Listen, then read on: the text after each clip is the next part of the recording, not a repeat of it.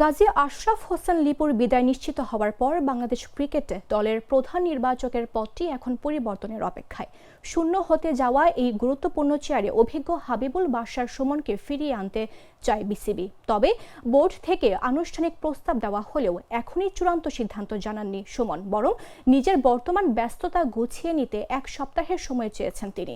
ফলে পরবর্তী প্রধান নির্বাচক হিসেবে তার প্রত্যাবর্তনের বিষয়টি এখন ঝুলে আছে। নির্বাচক প্যানেলের প্রধান হওয়ার প্রস্তাব পেলেও হাবিবুল বাশার বর্তমানে বিসিবির গেম ডেভেলপমেন্ট ও চলমান বিভিন্ন টুর্নামেন্ট নিয়ে নিজের ব্যস্ততাকে প্রাধান্য দিচ্ছেন। সিদ্ধান্তের জন্য সময় নেওয়ার বিষয়ে তিনি বলেন, এই বিষয়ে নিয়ে এখন মন্তব্য করতে চাচ্ছি না। আলাপ আলোচনা হয়েছে, কিন্তু আপাতত অন্য কাজে ব্যস্ত আছি।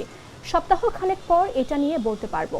আমি সময় নিয়েছি কারণ আমার তো এটা চলমান কাজ চলতেছে, এটা নিয়ে আমি ব্যস্ত আছি। বিসিবি টুর্নামেন্ট চলছে, তো এটা শেষ করে আলাপ করব। 2016 থেকে টানা 8 বছর নির্বাচক হিসেবে কাজ করা বাশারের অভিজ্ঞতাকেই এই মুহূর্তে সেরা সমাধান হিসেবে দেখছে বোর্ড। গত 5 ফেব্রুয়ারি বিসিবিকে দেওয়া এক চিঠিতে লিপু জানিয়েছিলেন, আগামী 28 ফেব্রুয়ারি মেয়াদ শেষ হওয়ার পর এই পদে আর থাকতে আগ্রহী নন তিনি। 2024 সালের ফেব্রুয়ারিতে 2 বছরের চুক্তিতে দায়িত্ব নেওয়া লিপুর এমন অনমনীয় অবস্থানের কারণে বিসিবি বিকল্প হিসেবে বাশারের দিকে ঝুঁকেছে।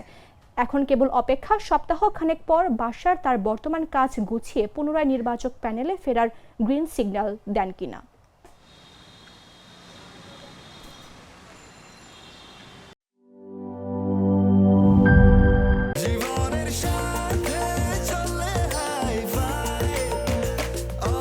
স্বাস্থ্যকর অল টাইম, সব সময় অল টাইম হেলদি লাইফ।